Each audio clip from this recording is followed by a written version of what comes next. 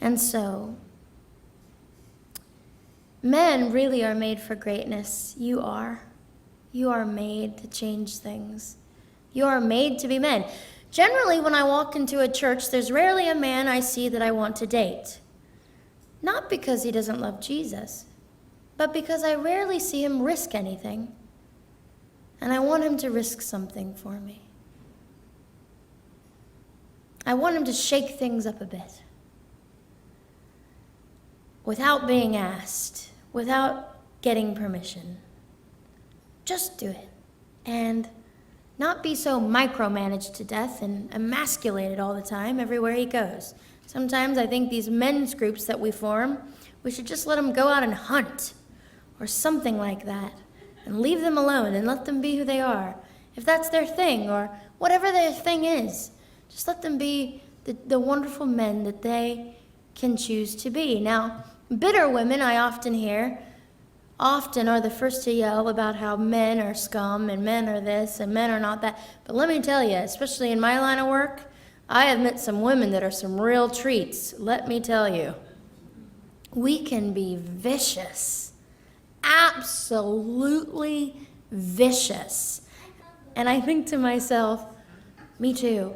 I think to myself, when I meet some of these women, my word, I do not know how men are married to us.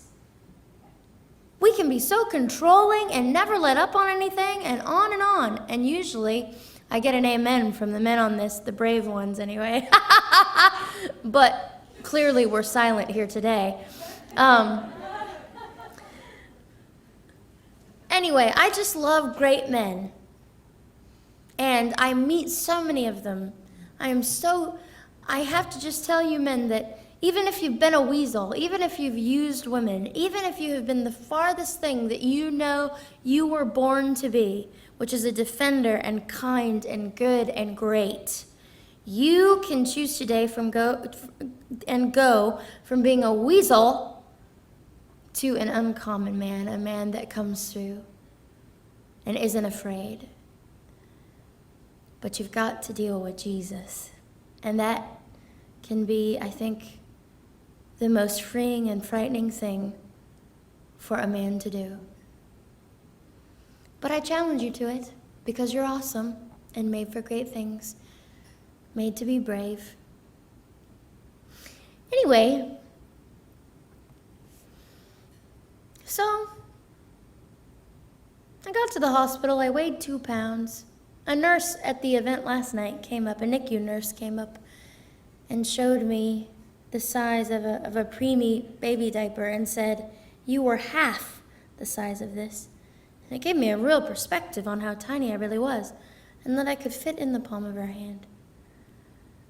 And so I didn't die in that hospital. And they said I had a tremendous will to live. And for anyone with a strong-willed child, I would just say something about that for a second in my remaining 12 minutes. Or not sure, close to being finished. I said, that's 20 cents. I'm allowed to say, I just can't say, Are you hungry still?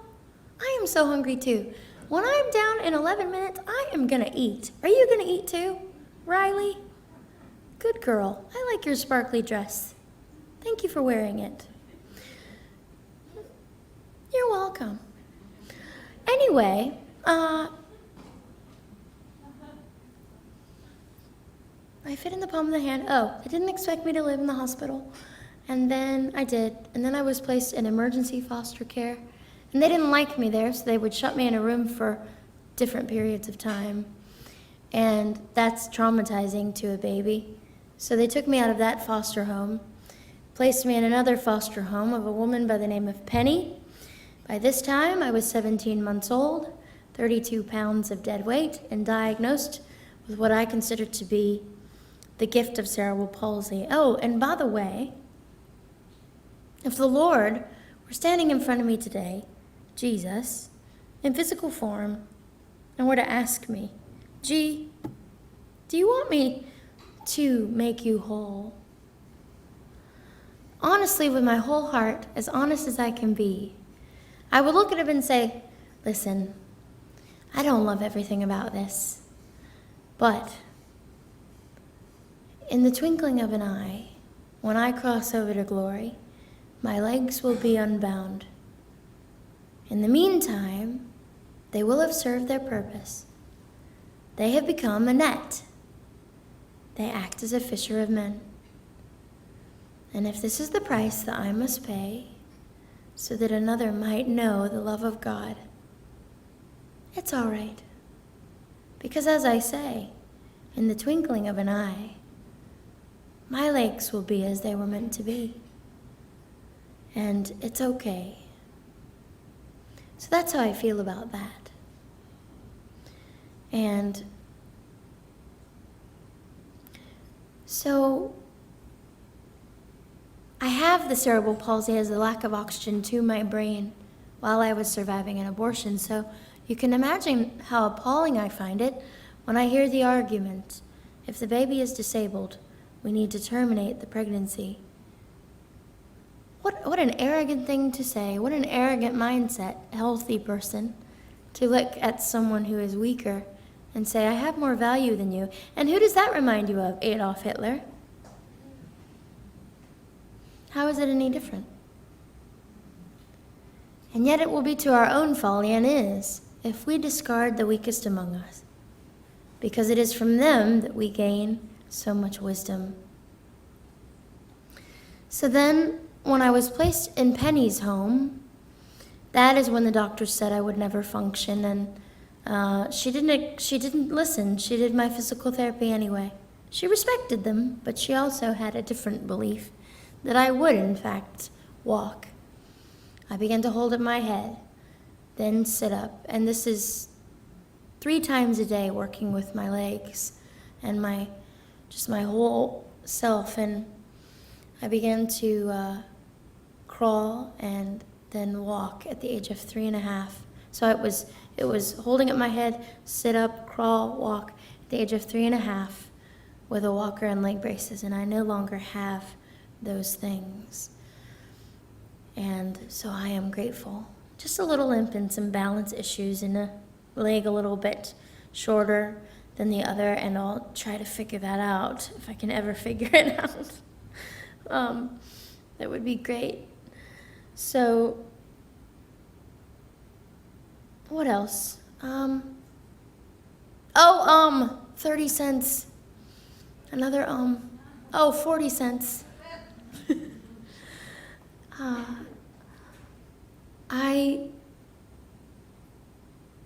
I've made 3 decisions in my life that have caused me to be successful thus far. Number 1, my decision for Christ. Number 2, I am not a victim. And number 3 happened 6 weeks ago. I was in my house, in fact, and I was sitting there and I prayed to Jesus and I said, I don't think I have enough self-worth. And I don't know how you get it. It's not like you can hook yourself up to an IV and just get self-worth. How does this happen? And I'm not one to try to lie about something I have that I don't have or want more of. So I was just telling him this, And here is what I heard. Gianna, I want you to give up the title. Give up the title, abortion survivor. If the title were an object, you are holding it so tightly, your knuckles are white. I want you to give it to me. And then I heard, Gianna, what is your deepest fear? Your deepest fear, in fact, is that you will be forgotten. Isn't that right? I said yes. I heard from the very beginning, for good reason. This was not a condemning conversation with God. And I said, yes, you are right. Then I heard, what is the first thing that happens when you tell someone you have survived an abortion? and I will conclude with this story. But what is the first thing that happens? And I heard, they don't forget you. They don't forget you, and that's so comforting to you, isn't it, Gianna? But Gianna, this was 5 weeks ago, just 5 weeks. I want you to give me your deepest fear and your title. Hand them over and see what I will do. I never intended for your life to begin and end with your birth. In your culture, the term survivor is used as a badge of honor. Gianna, I do not see it that way. The term survivor implies that you are frantic, that you are panicked, that you don't have what you need, that you have to fight off everything, that you are afraid, that you are alarmed, that you are on high alert 24 hours a day. That is not my wish for you. I heard next. I want you to let me take you from surviving to abundance. Those things are very different. So in the last 5 weeks, ladies and gentlemen, I have given up a title. I have given up what has defined me for so long. And I only share that because we live in such a competitive culture, and we're so afraid of being left behind. On some level, we all are. And what we'll find, if we do let go of so many things that comfort us and prop up our self-worth, is we'll find a God who never leaves, who never forsakes, and keeps us in the forefront of his mind, who guides us with his eye and brings us from death to life. And so that's where I am now. And that is all for today. And thank you for listening. God bless.